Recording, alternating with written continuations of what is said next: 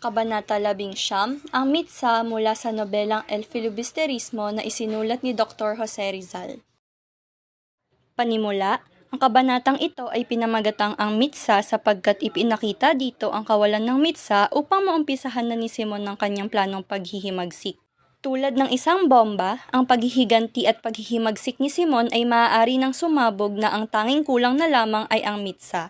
Ang mitsa ng paghihimagsik na ito ay ang magbibigay kay Simon ng hudyat na maaari na niyang isakatuparan ng kanyang mga plano.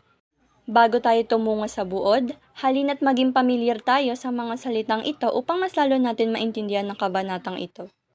Mitsa, isang parte ng bomba na sinisindihan para ito'y pumutok. Nagsisilbi rin itong orasan kung iilan na lang na oras ang bibilangin bago pumutok ang bomba. Basar, tindahan, prokurador, pinuno ng isang relihiyosong korporasyon, kura, pari, kadete, mga nag-aaral ng pagpupuno sa mga sundalo o kawal. Agustino, miyembro ng orden na pangkat ng mga relihiyoso na sumusunod sa mga turo, alintuntunin at pamumuhay na hinango mula sa mga aral ni San Agustin. Kawani, taong naglilingkod o empleyado. Tulisan, taguri sa mga bandido, mandarambong o magnanakaw. Makipangginggi, pag-uusap na may layuning makipag-isa o makipagtipon ng mga tao sa iisang layunin. Bapor, isang malaking sasakyang pantubig o pandagat na may makinang gumagamit ng singaw. Kabo, ranggo sa militar o pulisya na nasa ibaba ng sarhento at may tungkuling mga siwa o mamuno sa maliit na grupo ng mga sundalo o pulis. Tenyente, ranggo sa militar o pulisya na mas mababa sa kapitan, tumutulong sa mas mataas na opisyal sa pamumuno at pagpapatupad ng utos. Rehinamiento, isang unit ng militar na binubuo ng 2 o higit pang batalyon. Kabinero, mababang empleyado sa barko. Kaserahan, pinauupahang bahay o kwarto o tinatawag ding dormitoryo. Panghuli, pulbura, na tinatawag ding itim na pulbo sa isang halo ng mga substansyang kimikal na nakakalikha ng gas at mabilis masunog. Narito ang mga pangunahing tauhan sa kabanata. Placido Penitente, nawalan ng gana sa pag-aaral dahil sa suliraning pampaaralan. Simon, naghihimagsik para pagbigyan ang kauhawan niya sa paghihiganti. Kabesang Andang, ina ni Placido Penitente. Buod, galit na lumabas sa Placido Penitente, halos hindi na siya makapagtimpi at nais na gumawa ng 1,001 paghihiganti. Nakita niyang nagdaan-lulan ng isang sasakyan si Padre Sibilia at Don Custodio. Nais niyang habulin ang kura at ihagis sa ilog.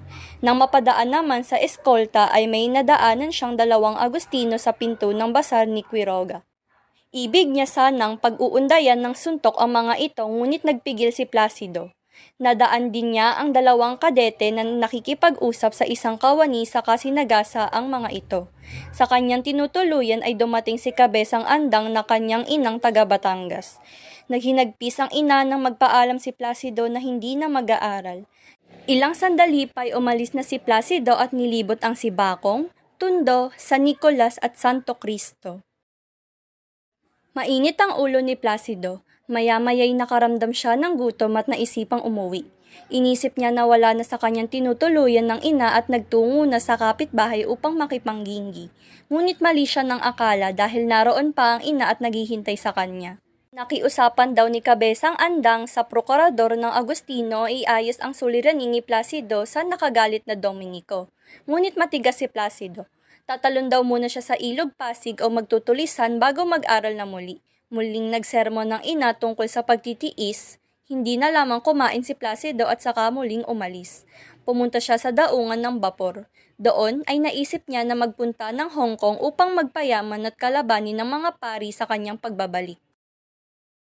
Gabi na at dahil sa walang natagpo ang kaibigan ay nagtungo siya sa perya. Doon niya nakita si Simon. Ikwinento niya dito ang nangyari sa kanya at ang planong magpunta sa Hong Kong. Isinama ni Simon si Placido sa kanyang karuwahe. Nakita nila sina Isigani at Polita na magkasama. Nainggit naman si Placido kina Isigani. Pagkaraan ay muling nagpatuloy sa paglalakbay ang dalawa.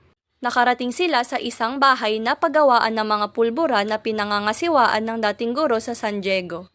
Inatasan si Simon na pakipagkitaan ng guro ang tenyente at ang kabo ng mga militar, gayon si Kabesang Tales. Ng guro ay di pa sila handa.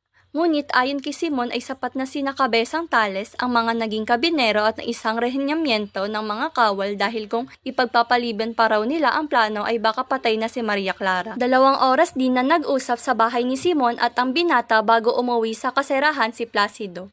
Kinabukasan ay nakikinig na sa pangaral ng kanyang ina si Placido. Hindi na rin siya tumutol sa mga payo nito.